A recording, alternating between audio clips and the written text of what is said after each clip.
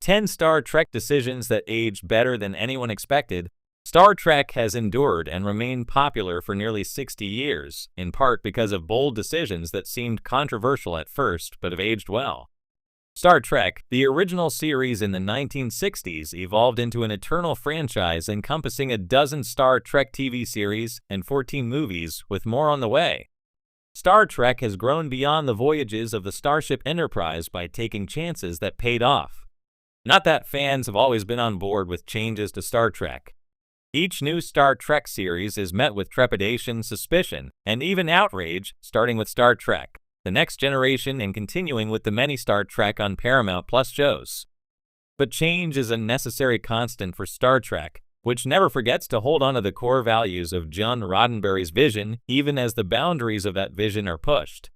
Here are 10 decisions Star Trek made that, in hindsight, have aged well indeed. 10. Moving Star Trek: Discovery to the 32nd century. Setting Star Trek: Discovery Season 1 in the 23rd century while updating its visual style angered longtime fans of Star Trek, the original series, and it was a no-win scenario. At the end of Star Trek: Discovery Season 2, Commander Michael Burnham, Sonequa Martin Green, and the USS Discovery jumped to the 32nd century, a decision that energized the series and created a new frontier for Star Trek. Star Trek: Discovery's 32nd century allowed for the USS Discovery itself to be the flag bearer of Starfleet's classic values as Burnham and her crew repaired a broken future. The 32nd century allowed Discovery to expand Star Trek's technology and introduce new planets and concepts. Even after Star Trek: Discovery ended with Season 5, the 32nd century will further thrive with the next Star Trek series, Star Trek: Starfleet Academy. 9. Worf joining Star Trek: Deep Space Nine. LT Commander Worf, Michael Dorn, was added to Star Trek: Deep Space Nine to lend a Star Trek: The Next Generation style boost to the space station set spinoff. While DS9 did become a more interesting place with the Klingon aboard, it was Worf who was the true beneficiary. DS9 evolved Worf into an even more complex and fascinating character, as he fell in love with and tragically lost LT Commander Yajia Dax, Terry Farrell. Star Trek: Deep Space Nine was the first to prove that adding Worf is a surefire way to improve any Star Trek. Worf joining Star Trek: Deep Space Nine bolstered Michael Dorn's record as the actor's character who has appeared in the most episodes of Star Trek. Captain Worf's comeback in Star Trek: Picard Season 3 benefited from his time on DS9, as the Klingon is now wiser, more self-aware, and even funnier than ever.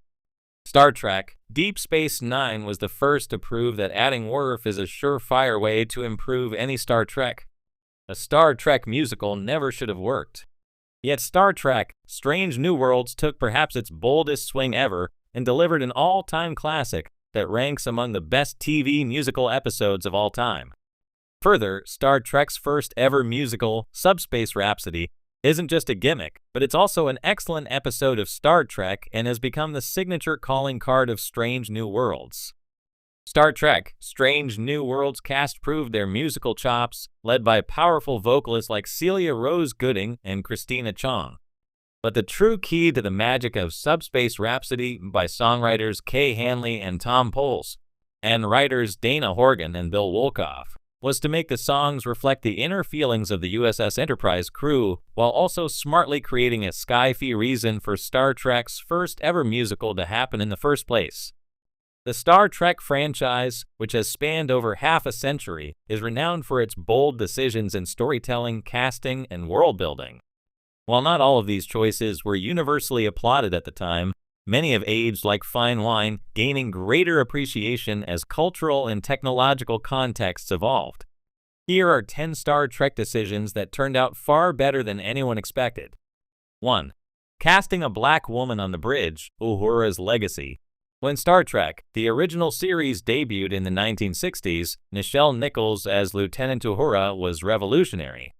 At a time when black representation on television was scarce and often stereotypical, John Roddenberry's choice to place a black woman on the bridge as a communications officer was groundbreaking. Though some questioned this decision in its era, Nichols' role inspired countless individuals, including Whoopi Goldberg and NASA astronaut Mae Jemison. Today, Uhura is celebrated as a symbol of progress and hope. 2. Jean-Luc Picard as Captain. When Star Trek: The Next Generation premiered in 1987, many fans were skeptical of Patrick Stewart as Captain Picard. A bald, middle-aged British actor seemed like a far cry from William Shatner's dynamic and brash Captain Kirk. However, Stewart's commanding presence and intellectual approach to leadership reshaped the archetype of a Starfleet captain. Decades later, Picard is considered one of the most iconic characters in science fiction, embodying diplomacy, wisdom, and moral strength. 3. A peace treaty with the Klingons. In Star Trek VI: The Undiscovered Country, 1991, the Federation forged peace with its longtime enemy, the Klingon Empire. Many fans were initially resistant to the idea of taming the warrior race that had been the franchise's primary antagonists. However, this decision added depth to the Klingons, turning them into a complex and honorable culture rather than one-dimensional villains. It also mirrored real-world political shifts, like the end of the Cold War, making the story deeply resonant. 4. Introducing the Borg. When the Borg were introduced in The Next Generation's Q-Who, 1989, the concept of a faceless, collective villain seemed risky. How could viewers connect with an enemy without individual personalities? Over time, however, the Borg proved to be one of Star Trek's most terrifying and enduring threats. Their metaphorical resonance, reflecting fears of technology run amok and the loss of individuality, has kept them relevant even decades later. 5. Star Trek's first serialized storylines. In the 1990s, Star Trek: Deep Space Nine broke away from the episodic format of its predecessors, opting instead for serialized storytelling. With long-running arcs about the Dominion War, Bajoran politics, and moral ambiguity, many fans initially resisted this change, longing for self-contained adventures. Today, serialized storytelling dominates modern television, and DS9 is praised for its forward-thinking narrative complexity. It set the stage for more mature, layered storytelling in the franchise. 6. Casting Kate Mulgrew as Captain Janeway. In Star Trek: Voyager, 1995, Kate Mulgrew became the first woman to lead a Star Trek series as Captain Catherine Janeway. This decision wasn't without controversy, as some doubted whether audiences would accept a female captain at the helm. Mulgrew's commanding performance silenced critics, and Janeway became a trailblazing figure for women in science fiction. Today, her legacy endures as an example of strength, intelligence, and compassion in leadership. 7. Tackling LGBTQ+ themes. While Star Trek has always been a trailblazer for representation, it was hesitant to explore LGBTQ+ themes in its earlier years. By the time Star Trek: Discovery debuted in 2017, the inclusion of openly gay characters like Stamets and Culber, along with non-binary and transgender representation in later seasons, marked a significant evolution. Initially controversial among a vocal minority, this decision is now celebrated as a long-overdue reflection of Star Trek's inclusive ethos. 8. Making the Ferengi complex. The Ferengi, introduced in The Next Generation, were initially depicted as little more than comical, greedy caricatures. However, Deep Space Nine transformed them into a nuanced culture, exploring themes of capitalism, family, and societal evolution through characters like Quark and Rom.